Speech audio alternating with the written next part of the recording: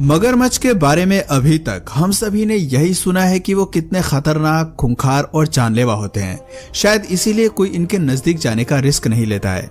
लेकिन क्या आप जानते हैं कि इस घातक शिकारी की भी फार्मिंग की जाती है, जहां उन्हें पहले पाला पोसा जाता है, फिर मगरमच्छ को जिंदा मारकर उनका मीट और खाल से बने उत्पादों को मार्केट में ऊंचे दामों पर बेच दिया जाता है। आज के इस वीडियो में हम आपको यही बताएंगे कि क्रोकोडाइल फार्मिंग क्या है और लालची इंसान अपने फायदे के लिए उन्हें कैसे मार डालता है।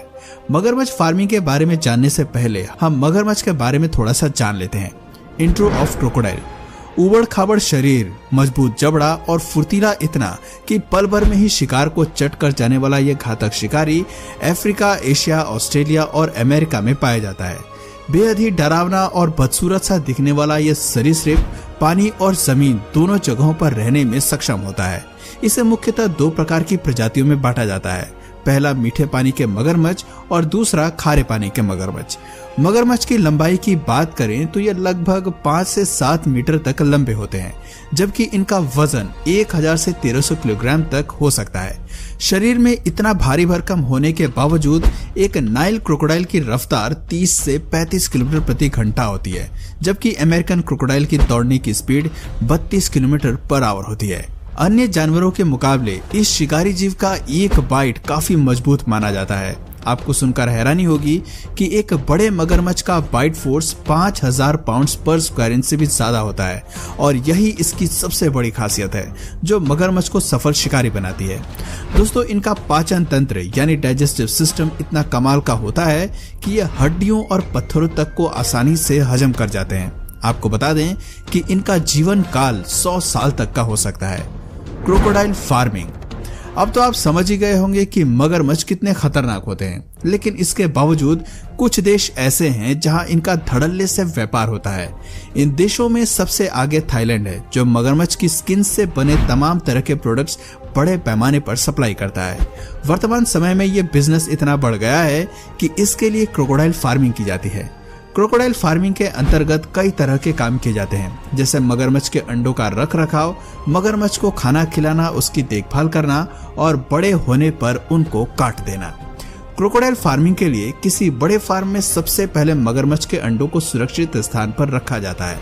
बता दें, एक मादा मगरमच्छ एक बार में 10 से 60 अंडे देती है, जिन्हें 80 से 90 दिन तक इंक्यूबेट किया जाता है। फिर जब इन अंडों से छोटे छोटे बच्चे निकल जाते हैं तो उन्हें पानी में छोड़ दिया जाता है। यहाँ आप मगरमच्छ की तादाद को देखकर अंदाजा लगा सकते हैं कि ये कितने बड़े पैमाने पर इनकी फार्मिंग की जाती है। यहाँ आप क्रोकोडाइल फार्म्स में मगरमच्छों को आराम फरमाते हुए और उनके पसंदीदा फूड यानी मांस को खाते हुए देख सकते हैं। हालांकि ये बात अलग है कि ये मगरमच्छ इस बात से बेखबर हैं कि उनकी इतनी मेहमान नवाजी का असली वजह उन्हें मारकर व्यापार कर मुनाफा कमाना है। बता दें कि इन बड़े बड़े क्रोकोडाइल फार्म्स में न सिर्फ मगरमच्छों को पाला पोसा जाता है, बल्कि यहाँ कई कसाई खाने भी हैं। शायद इस वीडियो को देखकर आपका मूड खराब हो जाए, लेकिन ये सच है कि मगरमच्छ को खिला पिलाकर बड़ा करने के बाद बारी आती है उनसे हिसाब लेने की, यानी उन्हें मारना काटना। यह भी क्रोकोडाइल फार्मिंग का एक हिस्सा है, जहां मगरमच्छ को लटकाकर मीट और खून को अलग कर दिया जाता है।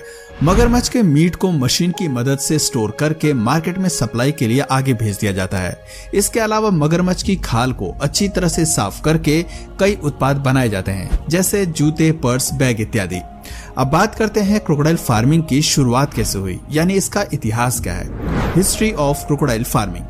इसके इतिहास की बात करें तो आपको इस खूंखार से दिखने वाले मगरमच्छ पर तरस आ जाएगा, क्योंकि इंसान अपने फायदे के लिए न केवल आज से बल्कि कई सालों से मगरमच्छ के मीट और खाल के लिए इसका शिकार करता आ रहा है।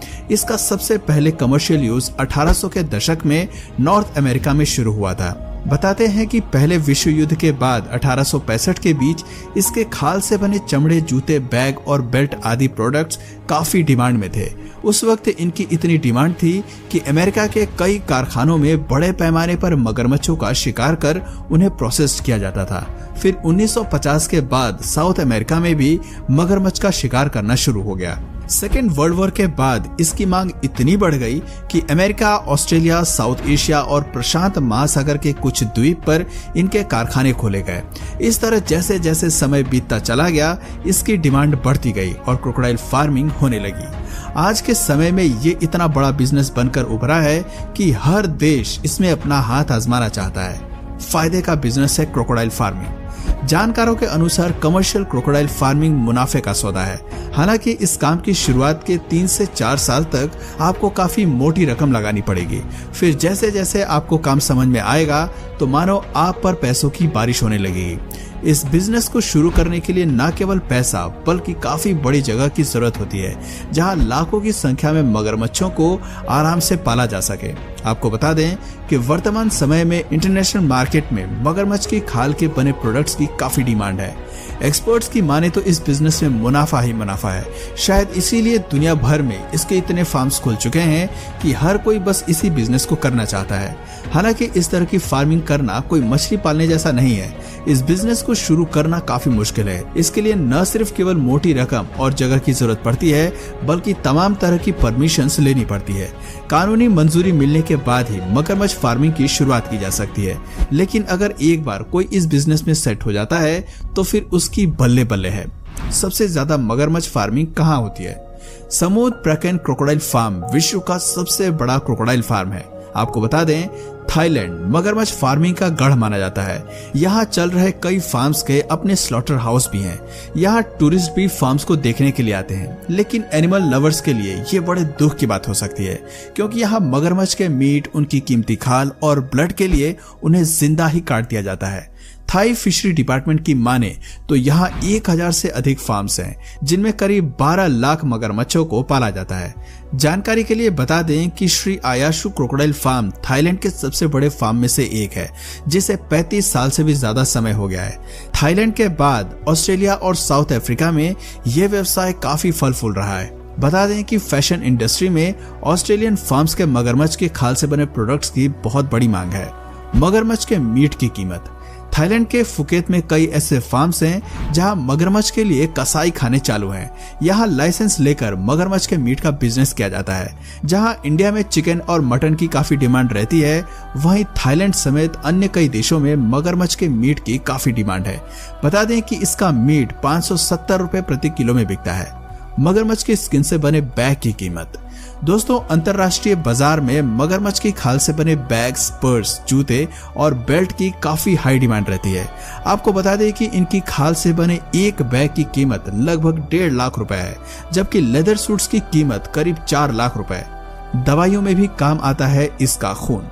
बता दें कि सख्त चमड़ी वाले मगरमच्छ के शरीर के कुछ पार्ट से दवाइयां भी तैयार की जाती हैं।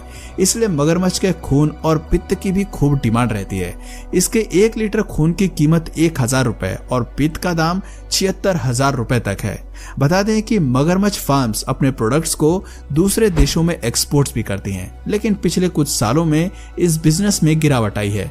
एक रिपोर्ट के मुताबिक 2016 में थाई क्रोकोडाइल्स लेदर के एक्सपोर्ट में 60% तक गिरावट दर्ज की गई थी। खतरे में है मगरमच्छ का अस्तित्व। दोस्तों, इंसान इतना खुदगर्ज और लालची हो गया है कि उसे किसी की जान की कोई परवाह नहीं है। बड़े दुख की बात है कि इंसान द्वारा मगरमच्छ के प्राकृतिक निवास स्थान से छेड़छाड़ और उसका जरूरत से ज्यादा दोहन करने के कारण इनकी कुछ प्रजातियां तो विलुप्त हो चुकी हैं और कई खत्म होने की कगार पर हैं।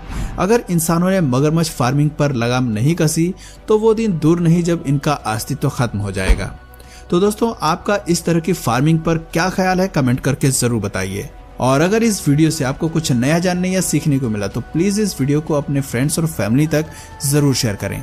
और यदि आप इस चैनल पर नए हैं तो प्लीज इस चैनल को सब्सक्राइब करके बेल नोटिफिकेशन आइकन को ऑन कर लीजिए, ताकि हमारे आने वाले वीडियोस आप मिस न करें। मिलते हैं फिर किसी वीडियो में नए टॉपिक के साथ। तब तक के लिए नमस्कार।